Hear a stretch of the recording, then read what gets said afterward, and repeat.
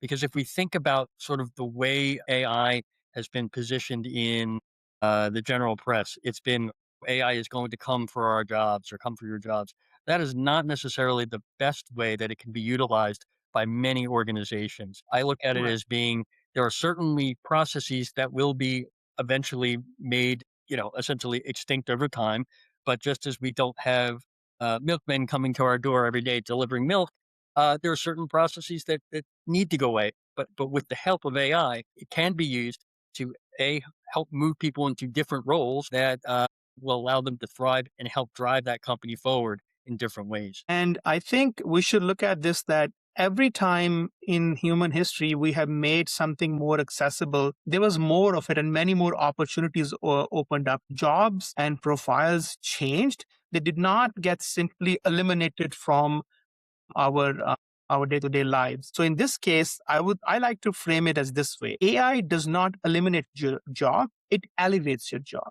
You achieve a business outcome, but you are more productive and you are more effective and you are operating at a higher level than. One example of that could be in the developer's assistance ecosystem itself. It's not that the action of producing software is going away. Now that writing code is easier, it opens up the door to us to create many more products that were previously not feasible. So that means the bar of entry has been lowered, and we'll have many more people employing these AI productivity tools to create many more solutions. So similarly, in the enterprise space, I think what we should think of it as, I'll talk about the open text products, our content management, our service management solution. They will elevate the human knowledge worker who are solving those problems right now to be more productive and not be more idle. So on that note, I think that it's key that one of the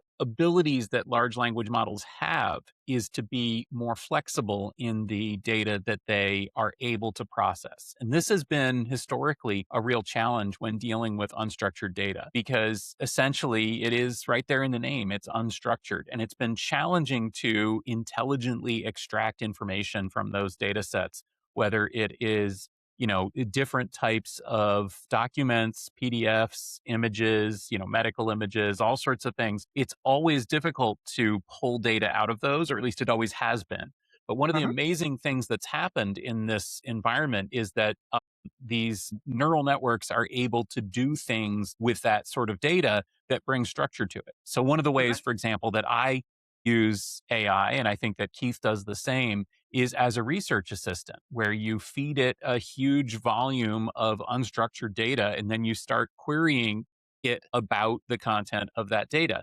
That's something we've never been able to do. And it's been sort of an insurmountable hill for the unstructured data environment. I Yeah. mean, I'm sure that's your entire world, Vikas. And now you have this incredible tool. It's like having an army of research assistants. Is that right? That is exactly right. And if you think about this, I'll build up on your example that previously, if you had to automate some type of process and you're dealing with unstructured data, you would need to use traditional models to extract images, information, put that in the structured data set, and then automate that. And humans, of course, don't work that way. We are able to take a document, look at an image, look at a business document and say, I need this information. I'm going to scan for this, that portion. And what AI does for us is it allows us to augment that human judgment by doing these high toil but repetitive tasks so we can focus on judgment and actions as opposed to saying, I have 1,000 documents and no way to identify where is my bill from 2024 for this particular service. That is the high toil work that AI can assist you with, and then you can be more productive in the decision making in the actual business outcome.